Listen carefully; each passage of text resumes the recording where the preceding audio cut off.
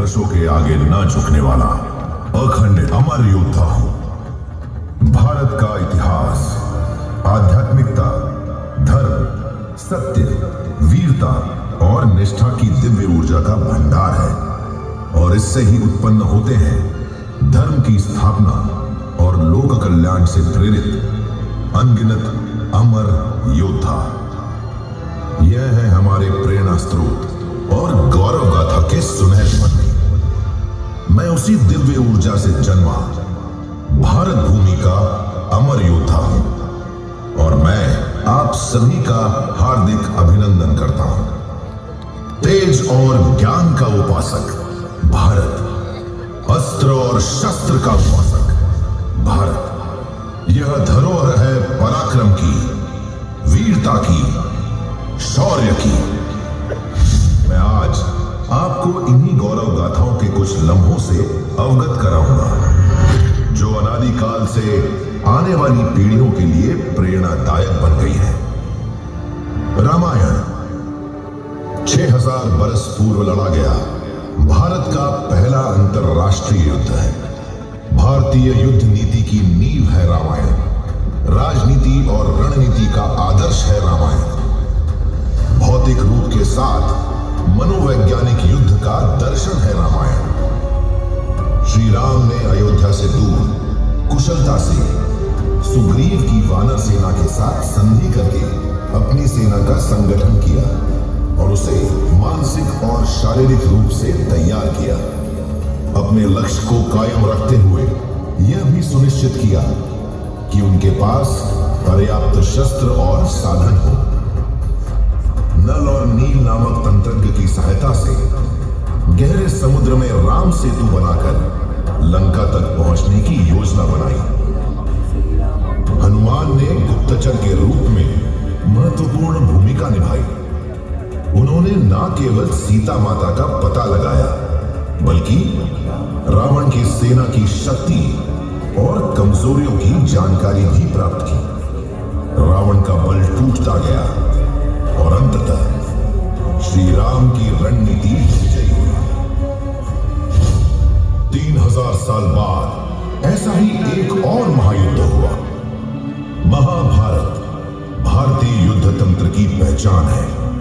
श्रीमद् भगवद गीता विश्व का एकमात्र ऐसा ग्रंथ है जो रणभूमि पर लिखा गया।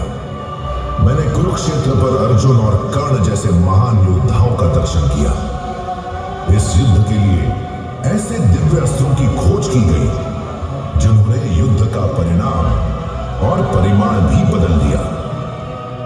इस युद्ध में नेतृत्व, वीरता और बल का सबसे उत्कृष्ट उदाहरण है अभिमन्यु। मात्र 16 वर्ष की आयु में अद्वितीय साहस का प्रदर्शन करते हुए उन्होंने चक्रव्यूह जैसी जटिल संरचना को भेदा था। कुरुक्षेत्र में शत्रु को भ्रमित और मानसिक रूप से कमजोर करने के लिए 18 विभिन्न प्रकार के व्यूह रचे, जैसे चक्रव्यूह, पद्मव्यूह और गरुड़ व्यूह। इस युद्ध में श्री कृष्ण की रणनीति का विशेष स्थान था। धर्म की रक्षा के लिए कई बार छल और कूटनीति का सहारा लिया गया, जैसे कि श्री कृष्ण ने शिखंडी को आगे कर भीष्म पितामह को निष्क्रिय कर दिया। महाभारत की इन युद्ध नीतियों ने मुझे सिखाया कि युद्ध में केवल बल ही नहीं बल्कि बुद्धिमता, कूटनीति और धर्म का पालन भी महत्वपूर्ण होता है। 300 ईसा पूर्व पहले महागुरु आर्य चाणक्य के अर्थशास्त्र ने मुझे शासन कला, कूटनीति और शत्रु की खुफिया जानकारी जुटाने का ज्ञान दिया। प्रसिद्ध तमिल विद्वान तिरुवल्लुवर ने तिरुक्कुरल में कॉम्प्रिहेंसिव मिलिट्री पावर को परिभाषित किया। बाणभट्ट लिखित हर्षचरित ने ऑफेंसिव और डिफेंसिव युद्धों की तुलना स्पष्ट की। 8वीं शताब्दी में शुक्राचार्य ने मुझे बारूद की तैयारी और युद्ध के विभिन्न रूपों से अवगत कराया। जैन विद्वान सोमदेव सूरी ने नीति वाक्यमृत में पैदल और घुड़सवार सेना के लिए बैटल फॉर्मेशंस निर्धारित किए। घुड़सवार सेना ने मुझे स्पीड, मोबिलिटी और मनोवरेबिलिटी प्रदान की, जिससे मुझे दुश्मन को आउटफ्लाइंग करने की क्षमता मिली। इन सभी और अन्य कई विचारकों के ज्ञान ने मेरे युद्ध कौशल को सुदृढ़ किया। शक्ति ही धर्म की रक्षा करती है, चाहे वह स्त्री हो या पुरुष। युद्ध में वही विजय प्राप्त करता है जो नीति और सामर्थ्य का पालन करता है।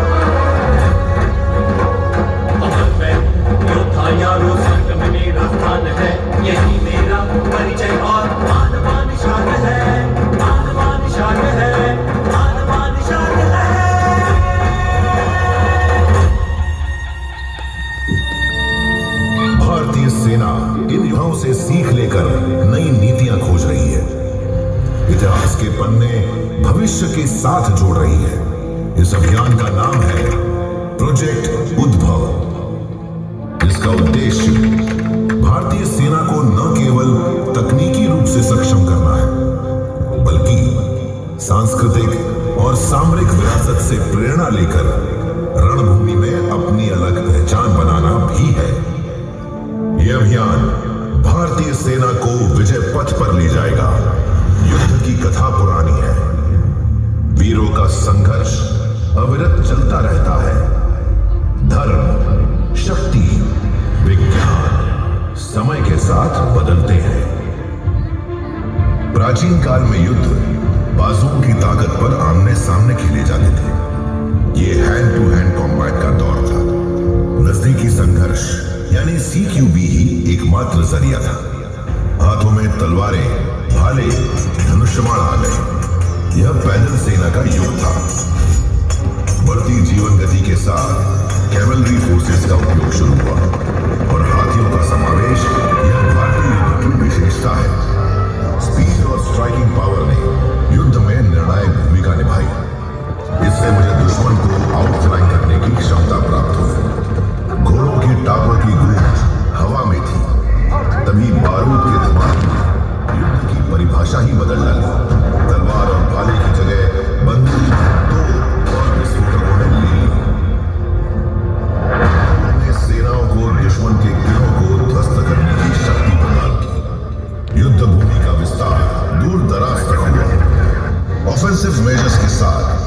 डिफेंसिव तकनीक भी परिष्कृत हुई। जीत का मापदंड केवल आक्रमण नहीं बल्कि प्रतिरोध भी है। प्रथम विश्व युद्ध के दौरान ट्रेंच वॉरफेयर विकसित हुआ, जिससे डिफेंसिव लाइन बैटल को जन्म मिला। सैनिक ट्रेंच का इस्तेमाल कर लंबी अवधि तक लड़ाई लड़ने लगे। अब लड़ाई 24 घंटे चलने लगी। टैंकों के आगमन के साथ युद्ध का चलन ही बदल गया। मैकेनाइज्ड वॉरफेयर के साथ गोलाबारी और गतिशीलता ने युद्ध को आक्रामक रूप दिया। इसमें तेज गति से हमले और शॉक एक्शन शामिल थे।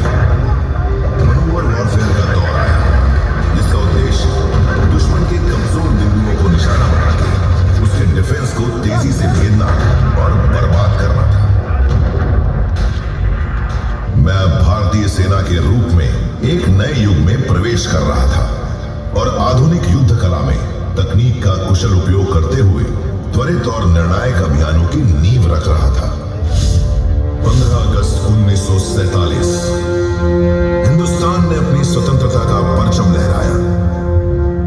इस नवजात राष्ट्र के पुनर्निर्माण और सुरक्षा की जिम्मेदारी भारतीय सेना के कंधों पर आ गई।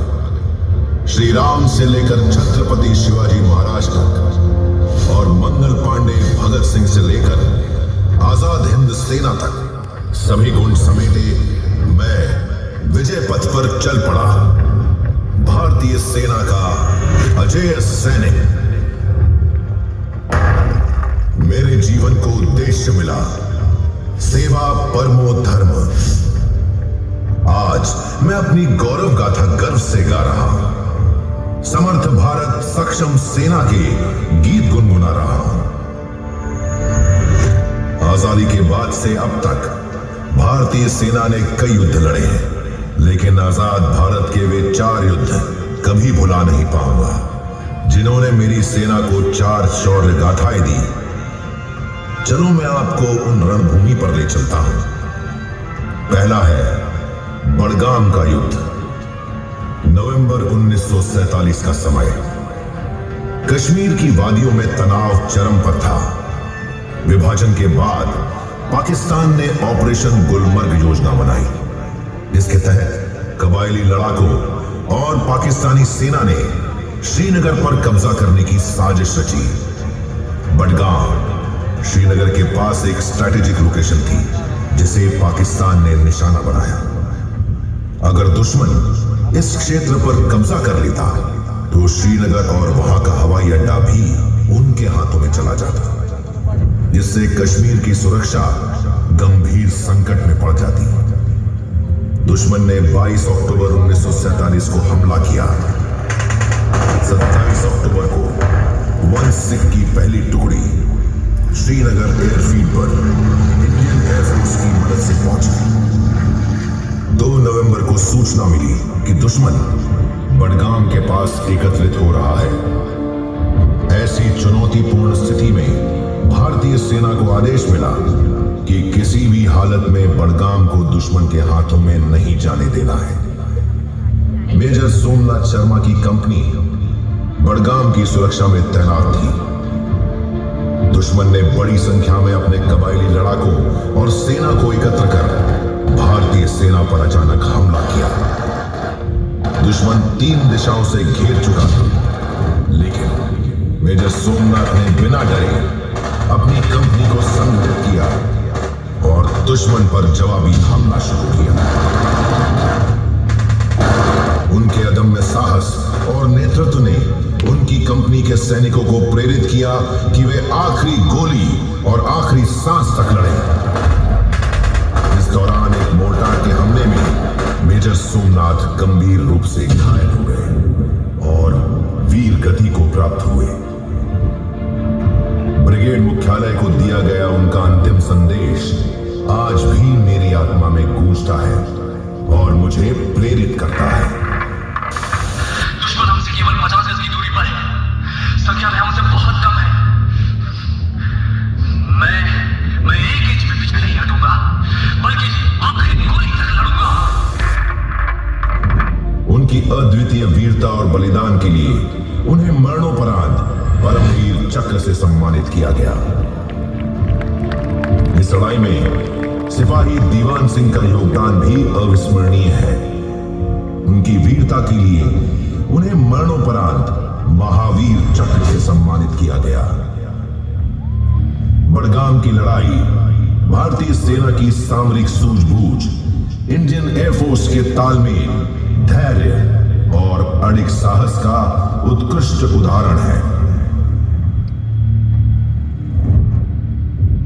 1965 में पाकिस्तान ने एक बार फिर आक्रमण करने की योजना बनाई।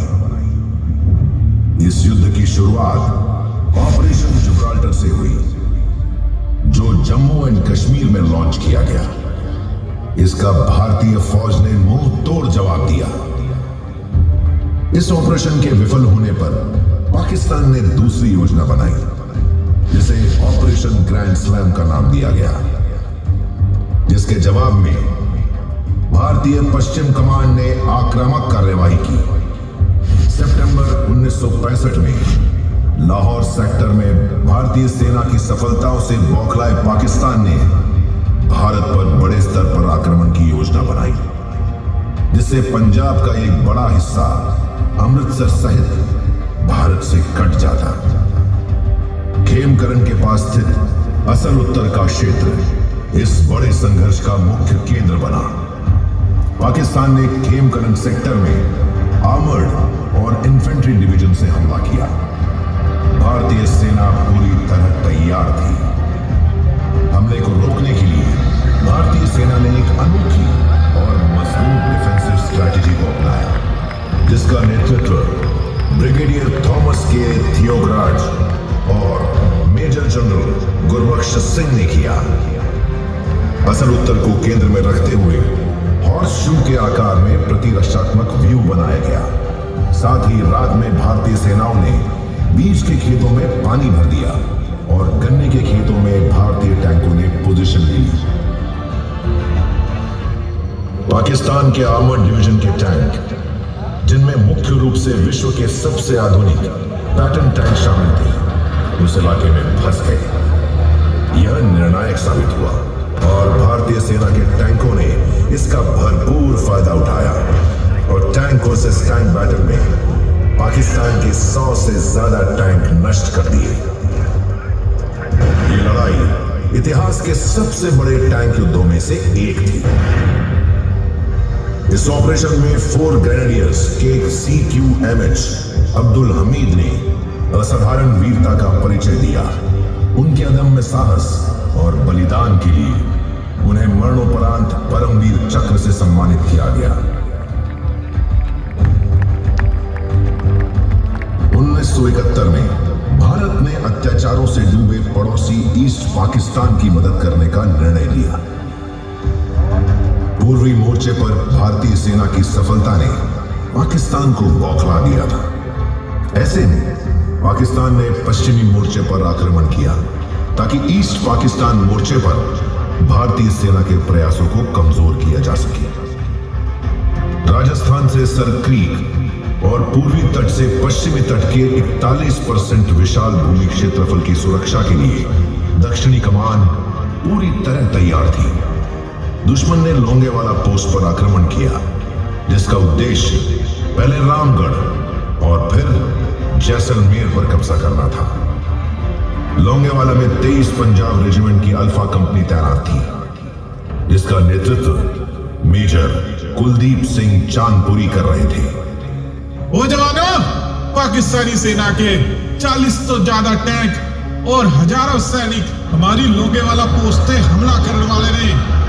सानू रात भर लड़ना होगा ते सवेरे इंडियन एयरफोर्स भी हमारा साथ देगी, लेकिन तब तक यह पोस्ट साडी जिम्मेदारी है। जी साहब, तिरंगे की कसम, आखिरी सांस तक लड़ेंगे। जो बोले सो निहाल। सत श्री अकाल। 23 पंजाब के जवानों ने रात भर पाकिस्तान की भारी फौज का मुकाबला किया। सुबह की पहली किरण के गरजते ही हमारे हंटर जहाजों की गूंज सुनाई पड़ी। कुछ ही पलों में हमारे आसमानी शमशीरों ने एक एक टैंक को नष्ट करके पाकिस्तानी टैंकों की कबरगाह बना दी और दुश्मन को पूरी तरह विफल कर दिया। इस ऐतिहासिक विजय के देवी और सज्जनों, दाहिनी और स्क्रीन के ऊपर झिलमिलाते ड्रोन्स की ओर आपका ध्यान आकर्षित करना चाहेंगे। बदलाव की दिशा में कदम बढ़ाया, जिसमें 1986-87 में किया गया अब तक का सबसे बड़ा युद्ध अभ्यास एक्सरसाइज ब्रास टैक्स और 1998 में ऑपरेशन शक्ति के अंतर्गत किया गया सफल परमाणु परीक्षण शामिल है, जिसने भारत को एक विश्व शक्ति बना दिया। 1999 में पाकिस्तान की सेना और उनके समर्थित घुसपैठियों ने धोखे से कारगिल द्रास के इलाके में घुसपैठ की और महत्वपूर्ण श्रीनगर लेह हाईवे को काटने का प्रयास किया। भारतीय सेना ने ऑपरेशन विजय के जरिए इसका मुंह तोड़ जवाब दिया। सामरिक दृष्टि से इस क्षेत्र की एक महत्वपूर्ण चोटी टोलोलिंग थी, जिस पर घुसपैठियों ने कब्जा कर लिया था और भारतीय सेना के ऊपर भारी गोलाबारी करने लगी। 16,000 फीट से अधिक ऊंचाई पर स्थित टोलोलिंग नेशनल हाईवे 1A पर सीधा निगरानी रखता है। ऊंचाई पर होने के कारण दुश्मन की स्थिति मजबूत थी, लेकिन भारतीय जवानों ने विपरीत स्थिति में भी हार नहीं मानी। Lieutenant colonel M.B. रविंद्रनाथ के कुशल नेतृत्व में 2 राजपूताना राइफल्स के बहादुर जवानों ने -15 डिग्री से कम तापमान, कम हवा, खड़ी चढ़ाई और दुश्मन की भारी गोलाबारी के बावजूद 3 सप्ताह तक लगातार योजनाबद्ध हमले किए। रात के अंधेरे में दुर्गम पहाड़ियों पर चढ़ाई करते हुए जवानों ने दुश्मन का डटकर मुकाबला किया। कई जवानों ने अपनी जान गंवाई, पर उनका साहस अटल रहा। अपने बलिदान से उन्होंने टोलोलिंग पर जीत हासिल करके तिरंगा लहरा दिया।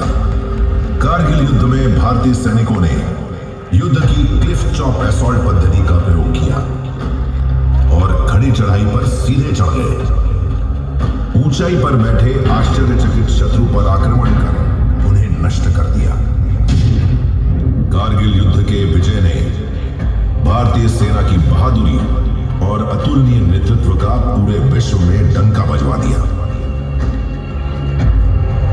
1947 से आज तक भारतीय सेना ने हर युद्ध, हर ऑपरेशन में अदम्य साहस, बलिदान और देशभक्ति का परिचय दिया, जहां हर सैनिक ने नाम, नमक, निशान की शपथ को अपने खून से सींचा। इन शूरवीरों के लिए अंतिम सलामी की गूंज तब सुनाई देती है जब ब्यूगलर्स अपनी धुन लास्ट पोस्ट बजाते हैं। यह वह क्षण होता है जब देश का हर नागरिक उस वीरता को नमन करता है।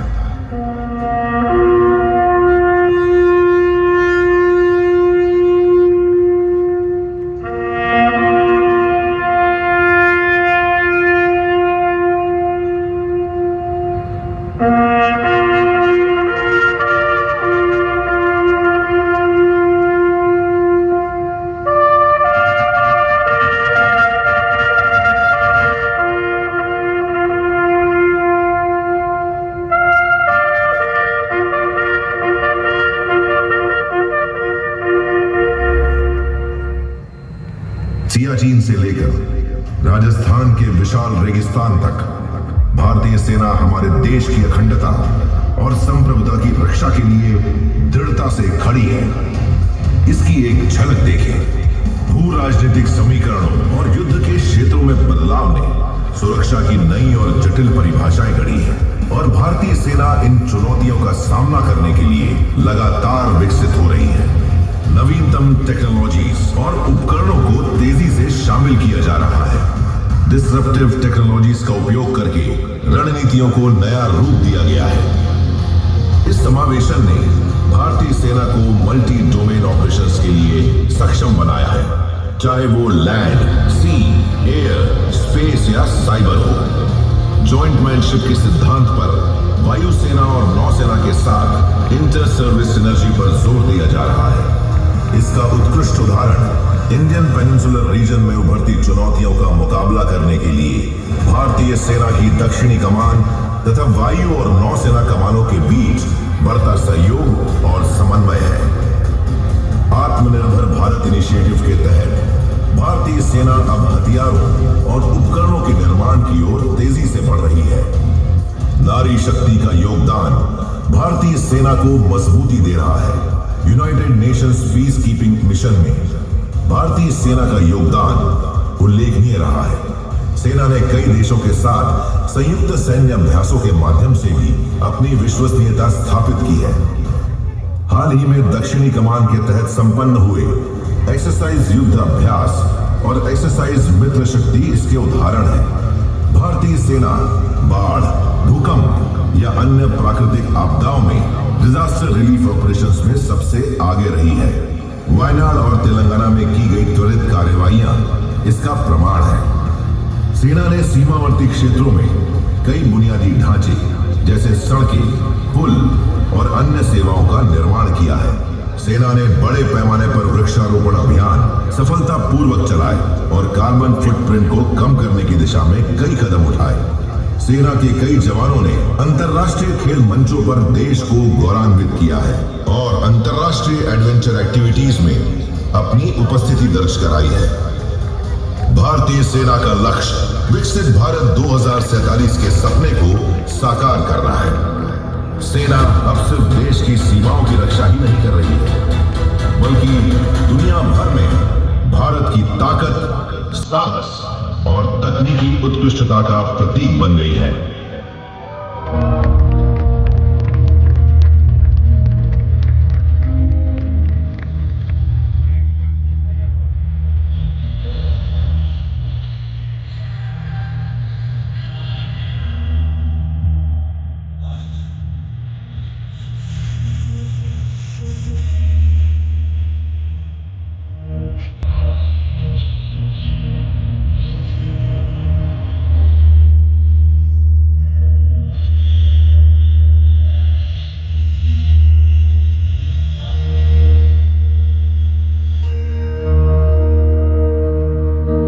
है मेरी ज़मीं अफसोस नहीं जो तेरे लिए सौ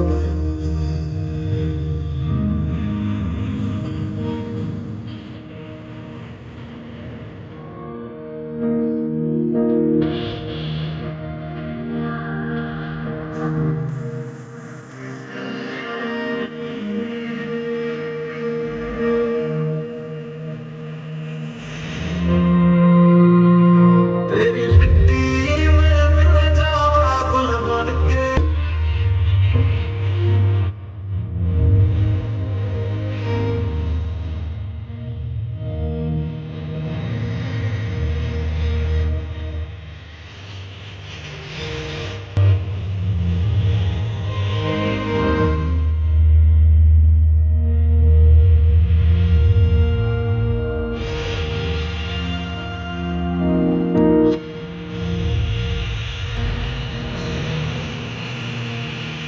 सरसों से भरे खलियान मेरे जहाँ